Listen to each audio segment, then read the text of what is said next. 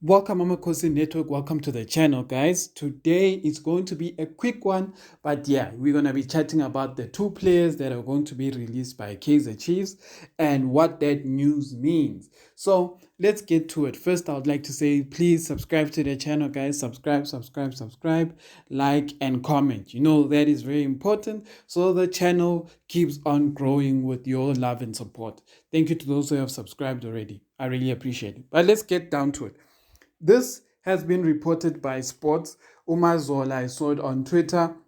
And then SABC Sports basically published the article. So if you guys want to see, read more about it, or you want to look at your article yourself, you go on to the SABC Sports or Twitter, go to SABC Sports, type that in the search button, and you'll find this article. But basically, I'm going to read the article and then I'm going to give some comments to it along the way. So basically the title says Kaizer Chiefs slaps a 1.5 million fee on youth players, but internal processes ongoing. So basically, I'm going to read it this way. Defenders Pusa Ditejani and Unatim Mdaga, which is Omega Mdaga, now face a future away from the club following a decision by the Soweto Giants to serve the duo with termination letters. And then it says, however, Kaizer Chiefs are only willing to formally clear the players if a fee of 1.5 million each is paid by potential suitors, so clubs that want them. So in this, it's something that apparently even FIFA agrees to because Kaizer Chiefs developed the player. So it says the Glamour Boys are claiming this as a training and development compensation, which is due to the club that contributes to the growth of youth players. And basically, FIFA allows this until a player reaches the age of 23. In essence, Amakhosi feel they are exercising their right through the although there are questions in football fraternity regarding how Makosi came to the specific 1.5, meaning that a lot of people are questioning how Chiefs is saying developing these players has cost them 1.5 million rand. Yeah, it's questionable, but I guess they take things like taking them to games, providing food, all of those things. How they calculated that over the years, you don't ask me. But basically, this issue came in because of the whole ball boy saga where they asked these boys to be ball boys. So I'm going to continue reading. Reports emerged last week that Chiefs had suspended several players from the Diski Challenge, otherwise known as the Premier League's reserve league for players who are under 21. For refusing to be used as ball boys. So Umdaga and Ditejani refused to be ball boys in the Carling knockout last 16 against Amazulu. And because of that, Chiefs decided that they are terminating their contracts. But on top of that, they want whoever is coming for the... So it's like someone is terminating your contract, so you're no longer part of the team. But what they do is that they hold your clearance. This is how I'm understanding it. They hold your clearance. So another team that wants you must go to Kaizer Chiefs and say, we want to sign the boy, can we get his clearance? Then Kaizer Chiefs will be like, sharp, you can get his clearance, but we need to be paid 1.5 million. What Chiefs is doing here, I'm going to give a couple of scenarios in this, and I'm going to say this.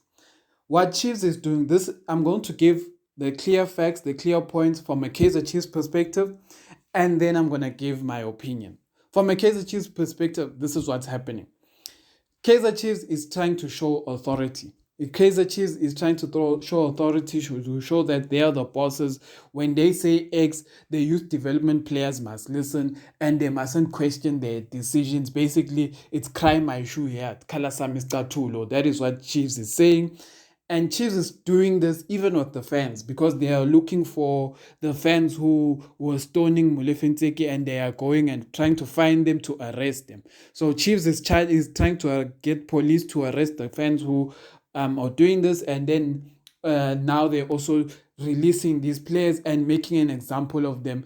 Because when I say making an example of them, you guys will be like, yeah, but if they don't like the player, they must just release them. But what they're doing is that the moment they say another team must pay 1.5, it means that Chiefs is blocking these boys from playing for another team professionally. because they will still be known as the owners of the players. And a player cannot leave Kaizer Chiefs until he has his clearance. So that what does that mean? It means that if no other team comes to Kaizer Chiefs and gives Kaizer Chiefs 1.5 for Mdaga and Ditejani, Mdaga and Ditejani will have to wait till the age of 23 to then be allowed to go and play, because that 1.5 million will lapse, and it will, after 23, that thing does not fall, it's no longer a requirement, so the players will be free to go. In that, what it means is that it holds back these players, and these players are already national team players. They play for they've been playing for under 20 national team, they've been playing for under 23, and Ditejani even played for Kasafa with Bafana Bafana. So you can already see that these boys are not, me personally, I don't think they're gonna last in this, not having a club. I feel like a club will come and pay 1.5 for them. That's what I feel. A club will come and pay 1.5 for them. Or maybe you know what Chiefs is waiting for? Chiefs is probably waiting for these boys to go and apologize and cry and say, "Ask us, I'm sorry, Kaizer Chiefs." But yeah, so that's what I think this might be happening. But this is now my opinion. My opinion is that Chiefs must not take the stance on these boys. They must just release them. Why am I saying this? Is that this ball boy issue, for me personally, the fundamentals of making players like Umdaga and Ditejani, who are part of under 23, and Ditejani was even part of Bafana Bafana, go become ball boys, I feel is very degrading, and it's very selfish as Kaizer Chiefs management to make these boys hold those positions. And a lot of you will be like, but what about Umfundo Villa guys? Umfundo Villa guys, a lot of you must understand. Umfundo Villa guys has not gotten his senior contract, while Umdaga, Ditejani, Aiden McCarthy, all of these guys, as much as they still playing for the youth teams, they have the senior contracts. When I say senior contracts, I mean like they train with the first team and they are seen as senior players, meaning that if tomorrow Chiefs wakes up and wants to put him Daga at left back, it's possible because these boys are part of the system. If he wants to put Jensen at left as the striker, it's possible.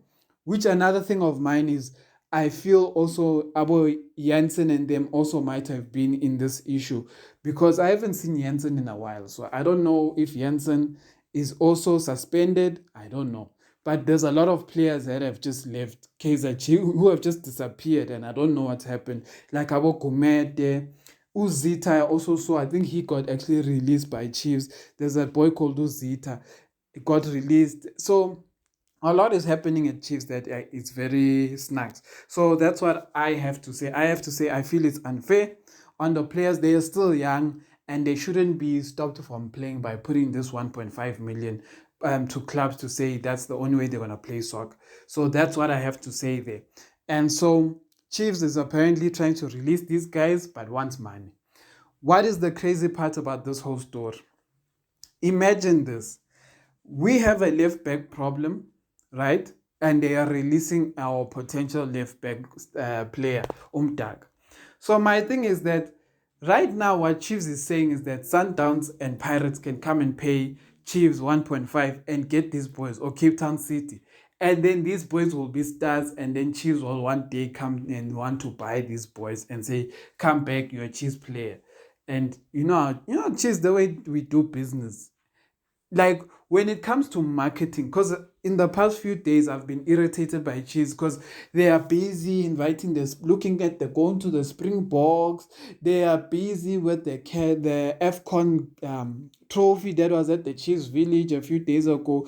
They are busy with things in the marketing that even starts irritating you, but it's actually Jessica showing how good she is as a marketing guy. But when your team is suffering, these things annoy you. Even the marketing that is good, even that green jersey of the Kaizer Chiefs skipper, it will even start annoying you for no reason. You will just be annoyed because everything that is right for the wrong reasons. When I say the wrong reasons, I'm like, we want our marketing to thrive because we are holding the MTN 8 trophy, the Carling Black Label trophy, not these useless things where we're parading trophies that we don't even qualify to have.